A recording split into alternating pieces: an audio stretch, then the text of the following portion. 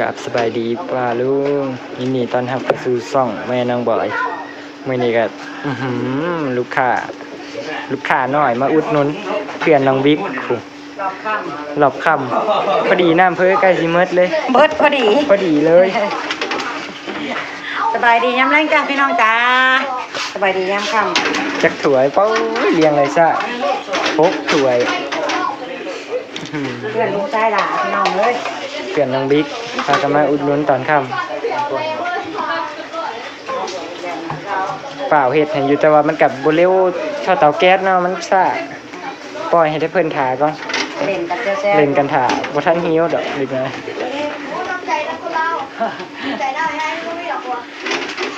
ลูกชายหล่ะมาอุดหนุนมื้อนี้พี่น้องเอ้ยว่ากันแซวๆแล้วนี่นะน้องบิ๊กกับปะเตอร์กับน้ำโมพอดีแล้วมาปิดหมอตอนค่ำปิดเป๊ะเลยได้สิ่งอยู่ในเคียงนะ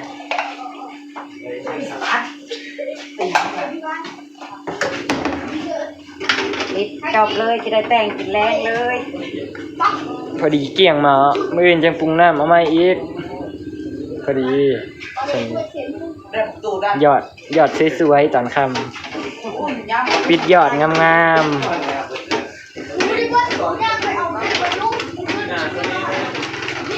เดี๋ยวมาถ่ายเบิ่งถ้าเพิ่นกิน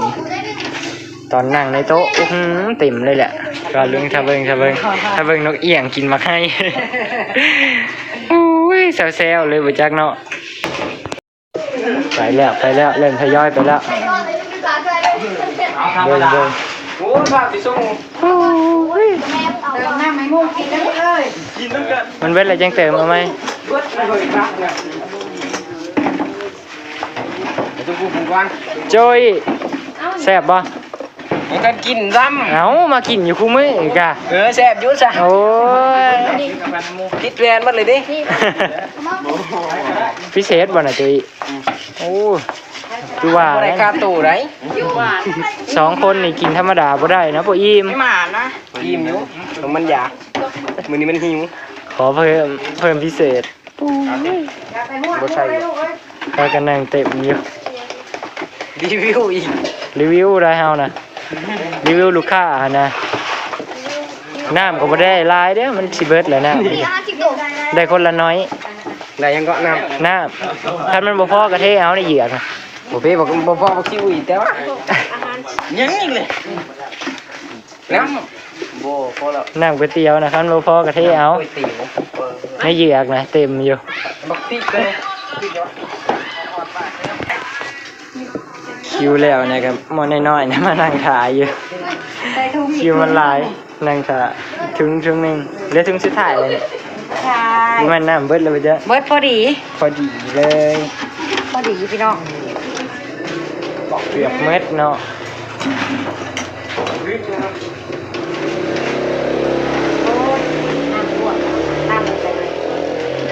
น้ำลวกกับชิเบิร์ดเลย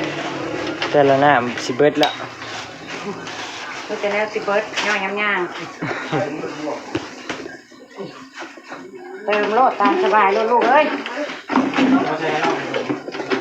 เอาไม่ถูกมาให้น้องเลยอยู่ในโต๊ะนะ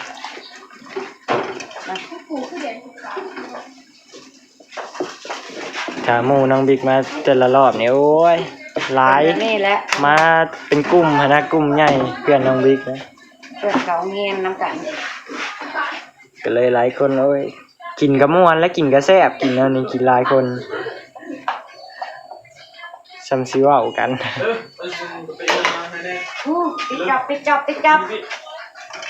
ปิดจอบขอดหมอแล้วพอแล้วปิดมาเรียบร้อยจบสำหรับวันนี้พี่น้องเอ้ยแตงยูโคตรกินต่ออ้าวยังก่อนเอาอีกจ่ายเงินแล้วบ่จ่ายแล้วห้ามจ่ายแล้วเอายังว่ากินเนื้อนะทองนึงบ่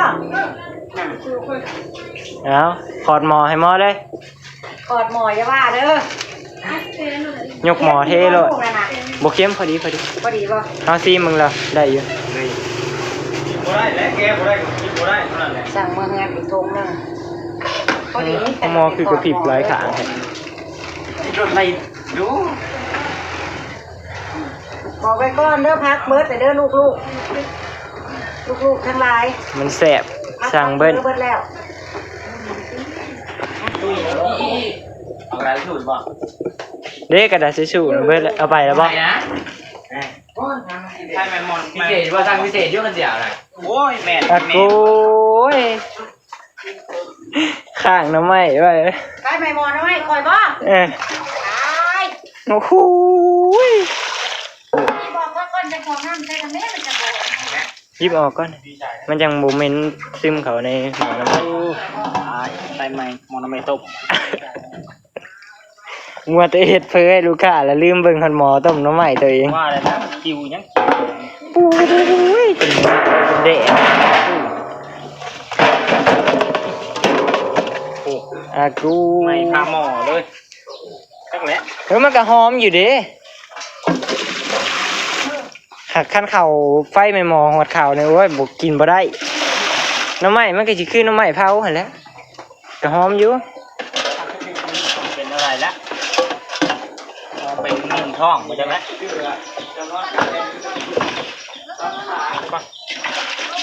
เอาไงอ่ะสบายดีพี่น้องเนี่ย สบายดีพี่น้องมอตะวนลูกค้าแล้วใช่ไหมหมอบาท เป็นได้ไข่ดอกมันเป็นน้ำไหม้มันหอมอยู่แต่ไข่เผาเอาหั่นแหละ แรงกดล้วนบาทคนนั้นได้ชื่อถ้าบ่จักเนี่ย ต้มจะโดดแล้วบ่แม่นบ่ คอยหนึ่งพักมาที่กินกับต้นมาดูก็มันเสียน้ำน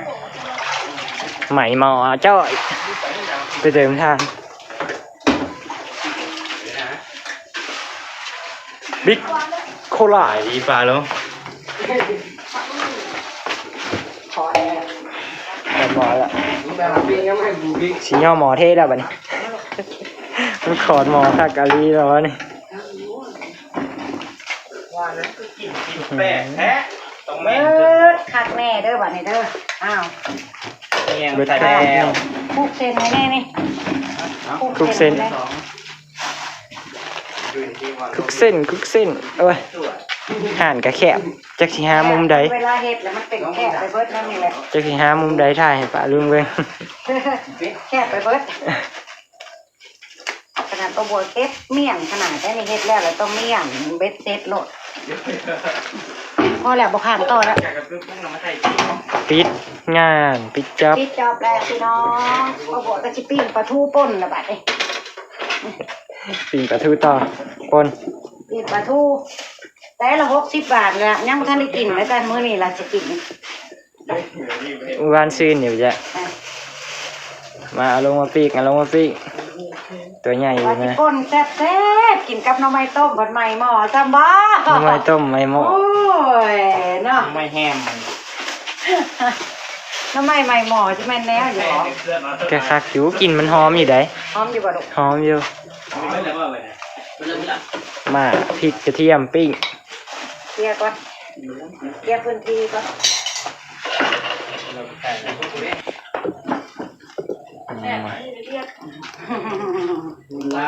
ปีกพริกกระเทียมโอ้ยมันสิบ่ใหม่บ่แม่มันคือแห้งแท้ ไป ผ่านแซ่ละเล็กขีบนะ โอ้ยนี่แค่นะแม่แต่ ไปแข่งนะแข่งกินลงทานเนี่ยคืออยู่โอ้ยจะใส่ ใส่แห้งและเล่งข้าวเฮ็ดให้ลูกๆกินนั่งขาเฮ็ดสลอนอยู่ ปลาทู2ตัว60 บาท ตัวเดียวก็พอแล้วป่นน่ะกินบ่เบิดดอก ตัวเดียวอะให้กินพริกกะปิพุ่นนะเจอกะปิ เก็บไว้กินต่ออีกพี่น้องตัวหนึงกินประหยัดแน่แล้วเว้ยมันแพง ตัวละ30 บาทกะมันกะโตใหญ่อยู่เด้อไว้ว่าเด้อผู้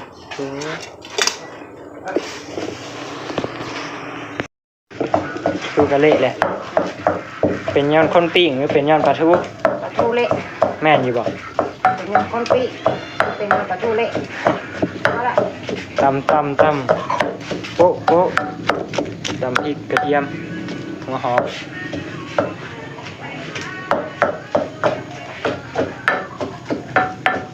ปลาทูลง ได้แล้วเนาะ ได้แล้วไม่ต้องเอาข้าวปานใดละ เละเอาแกเอาเด้อเถ่าฮ้อนคิวพอน้องบอยแล้ววันนี้ฮ้อนนี่จับไข่ก่อนพี่น้องนี่จับไข่ก่อนฮ้อนแห้ง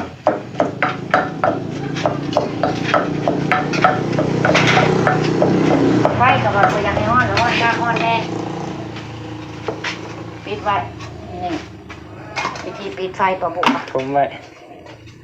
เอาขี้เท่าทมไว้ทบไว้แบบคัก มาถามพ่อจะผิดกัน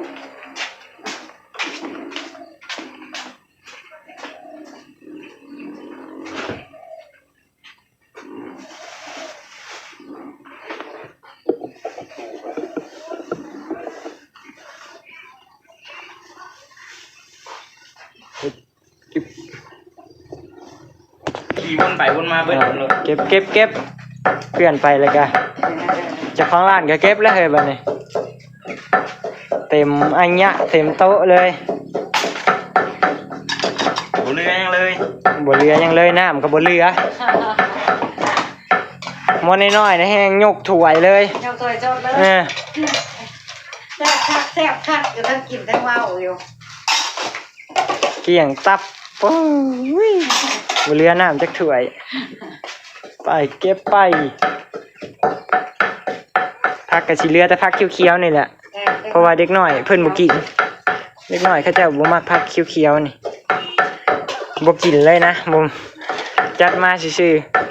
ๆเขาเจ้ากินแต่กะหล่ำกับมักพริกดิบมันกะหล่ำพัดกินอยู่